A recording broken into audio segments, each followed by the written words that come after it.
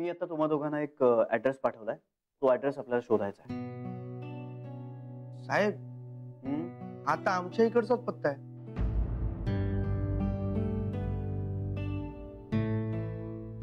काय? हो साहेब, म्हणजे मी जिथे राहतो ना तिथून डाव्या गल्लीत गेलो की उजव्या साईडला, हा तिथेच हे घर आहे. म्हणजे तिथेच असणार. हवं तर त्या पत्त्यावर मी पोरांना पाठवतो ना. पण साहेब हा कोणाचा पत्ता आहे? म्हणजे काय लपडं नाही ना साहेब? असेल तर सांगा, लगेच आपल्या पोरांना पाठवून ना. अरे काय काही झालं नाही की पोरं पाठवतोस तू? काही लफडं झालेलं नाही. जान्हवीच्या बँकेत एक बाई काम करतात, लताबाई म्हणून, त्यांचा पत्ता आहे. त्या त्यांच्या मुलीला जान्हवी बरोबर सोडून गेल्यात.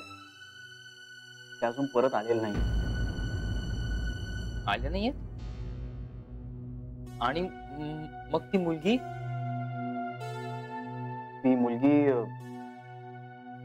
मुलगी सध्या आमच्या घरी आहे, आमच्याकडे.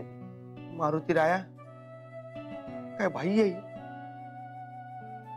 साहेब मला तर असं वाटतंय ना की ती बाई काय आता परत येत नाही. तिने तुमच्या पदरात मुलीला टाकून लंपास झाली. अरे नंदन, त्यांची काहीतरी अडचणी असू शकते ना. असू शकते म्हणजे त्यांनी काही तसं सांगितलं नाहीये का?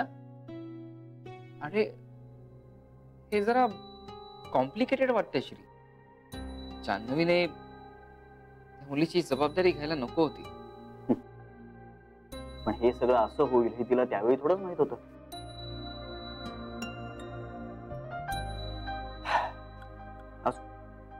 जे घडून गेलंय त्यावर चर्चा करण्यात काही अर्थ नाही. आता आपल्याला हा पत्ता शोधायचा आहे आणि मायलेकींची गाठ घालून द्यायची. ते पिल्लू बिचार सारखं आई आई आई करतंय रे. साहेब मी बघतो, आत्ताच्या आत्ता लगेच बघतो.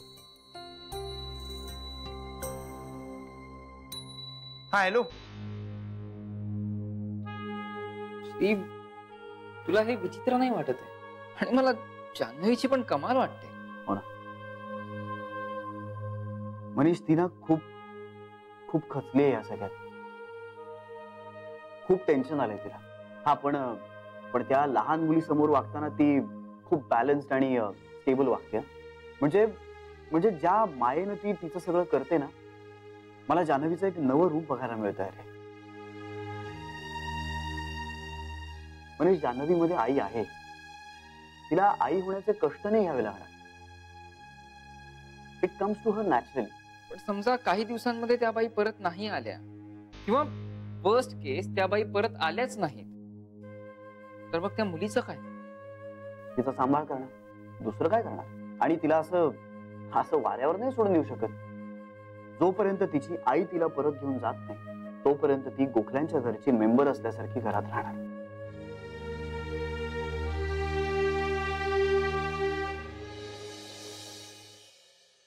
हे बाई याच्यावर राहील राहील राहील राहील का गौवी? बघ ग बा, काय मस्त वास आलाय बघा कुकीजचा. वास मस्त, कुकीज पण मस्त. तुझ्यासाठी केल्यात मी. तुला जर का आवडल्या ना तर आपण या कुकीजचं नाव काय बरं ठेवायचं? ओवीज फेवरेट कुकीज. नाही कसे तू खाऊन बघ ना. बघ काकाने केलंय की नाही तुझ्यासाठी मस्त मस्त कुकीज. मी डोळे मिटू. मला कळेल ना मग ओवीने खाल्ल्या का सांगा मला. खाल्ल्या का ओवीने कुकीज? डोळे मिटले, खाऊन टाक पटकन खाऊन टाक. खाल्ल्या का? असं नको ना करू राजा. काकाने केलं की नाही तुझ्यासाठी? तू रडायची नाही सोड. पटकन पटकन खा. नकोय तिला, नको तू नको. ठीक आहे, कोणी तिला आग्रह करायचा नाही. वा नकोय तिला. सॉरी. मग काय हवंय बरं ओवीला? हवंय आईस्क्रीम. आईस्क्रीम. ओवीला आईस्क्रीम हवंय की नाही? हवंय. खोटं नको बोलू. आईकडे हट्ट करते की नाही तू? पाहिजे. आई येणार ना राजा? तुला चॉकलेट. तुला ते गाणं माहितीये शाळेत नाही का? असावा सुंदर चॉकलेटचा बंगला. चॉकलेट हवे. चॉकलेट. चॉकलेट नको. बरं आपण बागेत फुलं बघायला जाऊया पुन्हा. चल. काय करायचं आता? श्रीला फोन कर पटकन. केला होता फोन, निघालेत. बरं तू तू तू तोपर्यंत कुकीज खा ना राजा. हा कुकीज थोडं काहीतरी तर हा मग चल आपण तिघं फिरायला जाऊया, इकडे बाहेर जाऊया. बरं आपण पुन्हा एकदा हा गेम खेळूया. ओके हा. हे लागतंय का बघूया. पडलं.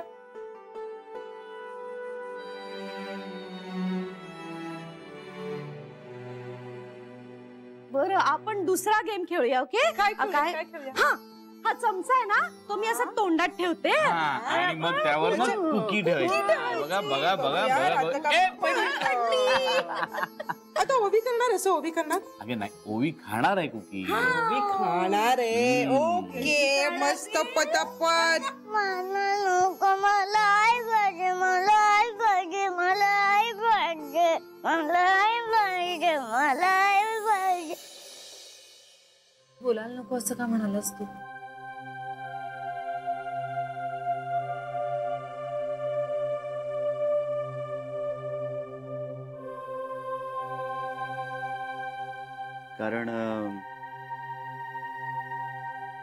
कारण जी काही इन्फॉर्मेशन मिळाली आहे ना, ती मला सगळ्यात आधी तुला सांगायची होती.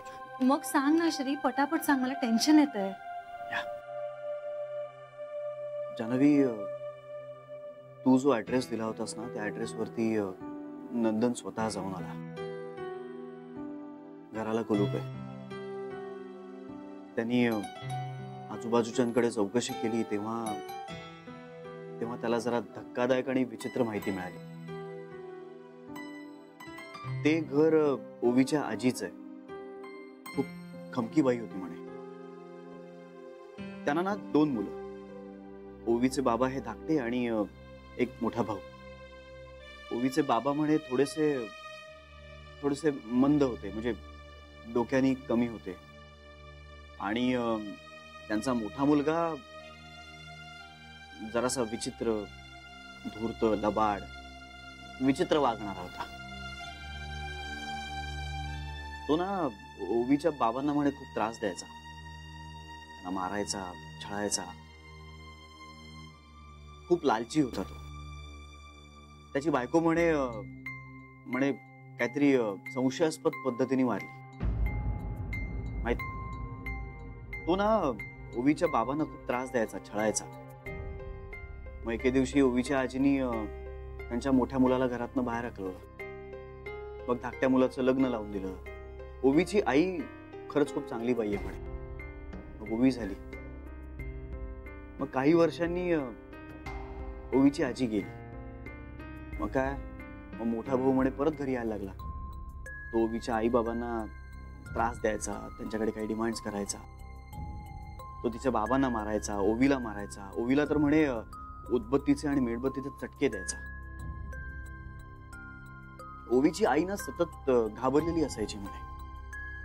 अँड वन फाईन डे म्हणे ओवीचे बाबाही अचानक गायब झाले.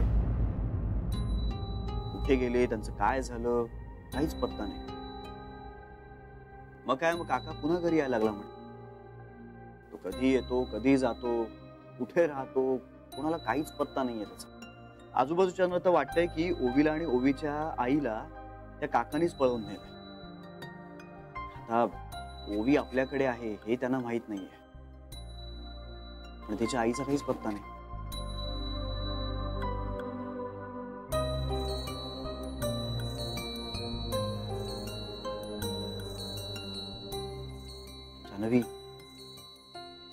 जान्हवी, आई ओके? काय झालं? सगळं ऐकून जरा गरगरायला लागलंय रे, डोकं दुखतंय. ए श्री, हे इतकंच आहे ना रे सगळं, आणखी काही नाही आहे ना? माहित नाही. या पलीकडे कुठलीच माहिती आपल्याकडे नाही.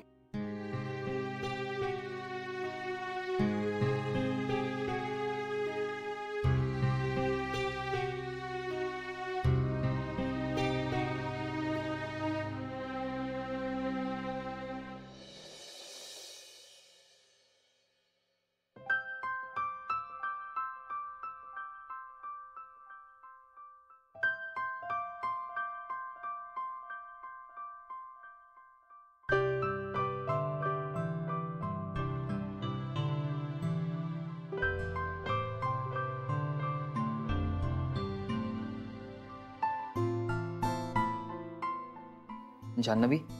ती आत्ताच गेली घरी. ओके. मनीष, मला काही बोलायचं नाहीये. ऐकशील तरी?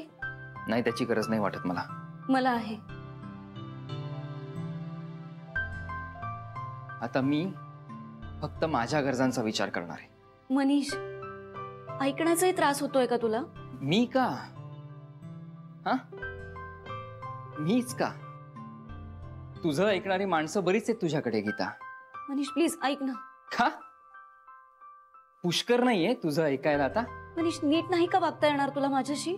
अगं मी नीटच वागतोय. यापेक्षा कसं नीट वागायचं तुझ्याशी सांग? नाही, हे नीट नाहीये. हे नीट नाहीये? मग नीट कसं वागायचं? तुला हवं तसं? नाही, अवघड आहे मग. का? कारण मी कळसूत्रीची भावली नाहीये गीता. माणूस आहे मी. तू जरी हे विसरली असलीस तरी माझ्या हे चांगलंच लक्षात आहे की मी माणूस आहे आणि मी चांगला माणूस आहे. मनीष, तू जे आता वागतोयस माझ्याशी ते चांगल्या माणसासारखं आहे असं वाटतंय का तुला? माझ्या वागण्याबद्दल बोलण्याचा अधिकार आहे तुला? आहे का? याचा विचार कर.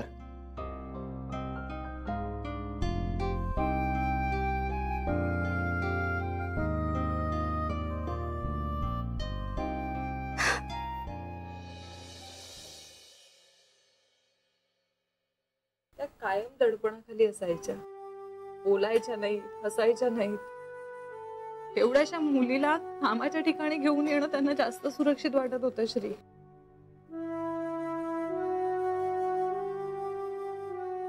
शांत, रडू नकोस. ए श्री, ओवीला काय उत्तर द्यायची रे? ती विचारेल ना आपल्याला आई कुठे तिची, आपण काय सांगणार आहोत? आपण करूया ना, यावर विचार करूया. पण प्लीज रडू नकोस. तिच्यात ताकदच नाहीये, तिला फेस करण्याचीच ताकद नाहीये माझ्यात. पण करावं लागणार. फेस करावं लागणार आपल्याला. ती आपल्याला सतत प्रश्न विचारणार आहे आणि आपल्याला जमतील तशी तिला उत्तरं द्यावी लागणार आहेत. दुसरा काही पर्याय आहे का आपल्या समोर? फक्त आत्ता आपण तिचं मन रमवण्याचा प्रयत्न करायचा. तिला आईची उणीव भासू द्यायची नाही, तिची काळजी घ्यायची. आपल्या हातात जेवढं आहे तेवढं आपण करूच आहे ना. आणि मीनवाईल आपण तिच्या आईचा शोधही सुरूच ठेवू. ते लताबाईंनी पण एक फोन करायचा ना निदान. त्या कदाचित त्याही अवस्थेत नसतील. You never know. आपल्याला हे सगळं इतकं कमी माहिती आहे ना, ह्या गोष्टीचा त्रास होतोय मला आता. श्री, कल्पना आहे मला, पण आता ज्या गोष्टी आपल्याला माहीतच नाहीये त्याच्यावरून चिडण्यात तरी काय पॉइंट आहे? पण आपल्याला जर त्यांच्यापर्यंत पोहोचण्याचा मार्ग मिळत नसेल तर त्यांनी आपल्याला संपर्क करायला हवा ना. अरे मुलगी आहे ना त्यांची आपल्याकडे, ते स्वस्त कशा बसू शकतात? तू स्वस्त बसू शकतेस? अजिबात नाही. मग त्याही कशा असतील? जान्हवी, त्यांच्याबद्दल भलते विचार मनात आणू नकोस आता. नको काळजी करूस आता कुठली. जोवर ओवीची आई आपल्याला सापडत नाही तोवर नक्की काय झालं हे आपल्याला कळणार नाहीच आहे. त्यामुळे आता ह्या विषयावरचा विचार बंद. आता आपण ओवीचा नीट सांभाळ करायचा. तेवढंच आपल्या हातात आहे. निघूया. जाता जाता ओवीसाठी काहीतरी घेऊन जाऊया.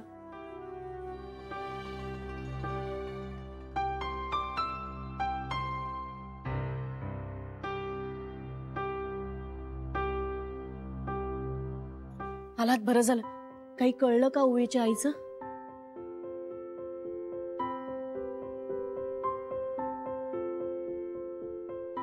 सरू मावशी, ओवी कशी आहे? बरी नाहीये ग पोर. आता कांता भाऊजी आणि शरू फिरायला घेऊन गेलेत तिला. पण आईचा ध्यास घेतलाय ग पोरीने. दिवसभरात फारसं खाल्लंही नाहीये काही. आम्ही रमवायचा प्रयत्न करतोय तिला, पण कावरी बावरी झालीये. चेहरा एवढूसा झालाय ग पोरीचा. साहजिकच आहे म्हणा, खूप लहान आहे ना ती. पण मग आता काय करायचं? काय करायचं म्हणजे? ओवीला सांभाळायचं. ओवीची आई जोवर परत येत नाही तोवर आपण तिचं पालकत्व घ्यायचं. तिचं सामान सगळं ठेवते नीट. मावशी हे काय आहे? अरे संध्याकाळी मी मंडळात गेले होते ना, तेव्हा येताना ओवीसाठी काही सामान आणलं. फार काही नाही रे, थोडासा खाऊ आहे, पुस्तक आहेत, हेअरबँड आहे, बांगड्या आणि बाहुल्या. हे बघ. आम्ही सुद्धा येताना थोडं काहीतरी घेऊन आलोय. विचारायचं तरी होतस. How I ask you. काय झालं? काही नाही रे, मी ओवीसाठी ना काही वस्तू आणल्या होत्या, तर हिने मला न विचारता तसंच काहीतरी आणलंय. श्री, फार काही नाही रे, थोडा खाऊ, पुस्तक, हेअरबँड, बांगड्या आणि बाहुल्या.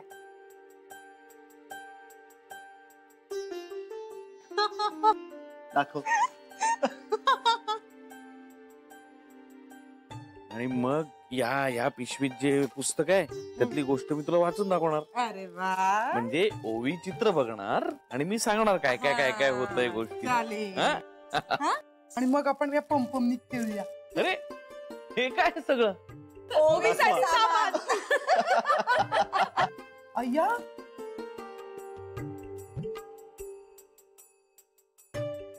माझी आई आली का?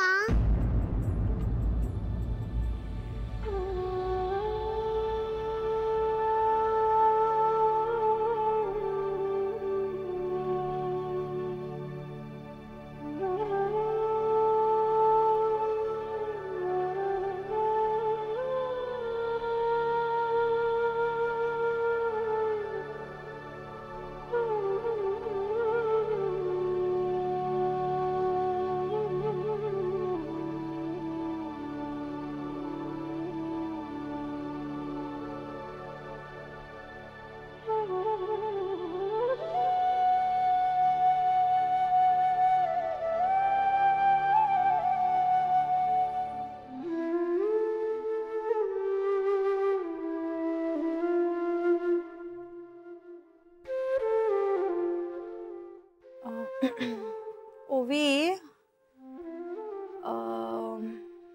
म्हणजे आई आली आहे ना? नाही आली नाहीये. आईचा फोन आला होता बाळा. फोन आला होता? ती असं म्हणाली की तिचं काम अजून पूर्ण नाही झालंय. काय काम आहे?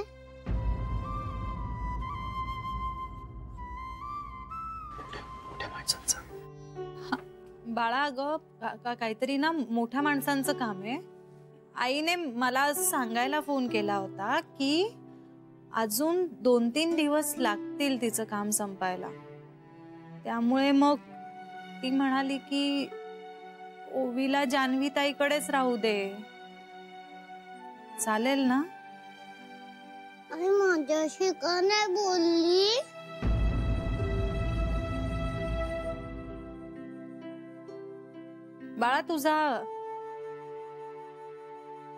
बाळा ग आईचा फोन आला तेव्हा तू नव्हतीस ना माझ्या बरोबर.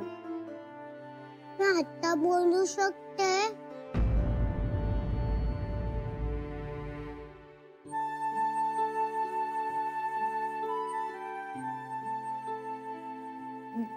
नंबर, आईचा नंबर नाहीये ना आपल्याकडे.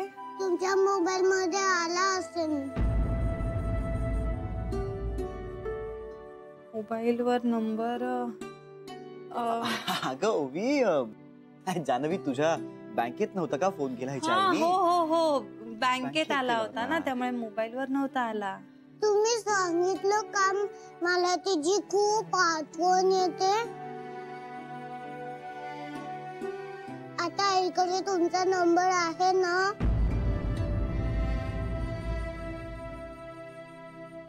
नंबर तुमचा मोबाईल नंबर दिला ना? नाही ग, माझ्या ना लक्षातच नाही आलं. अगं जान्हवी,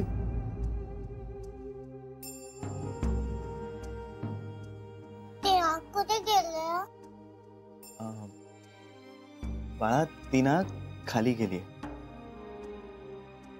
ते रडताय? अगं त्यांनी तुझ्या आईला त्यांचा नंबर नाही ना दिला म्हणून तिला खूप वाईट वाटतंय, म्हणून रडते ती.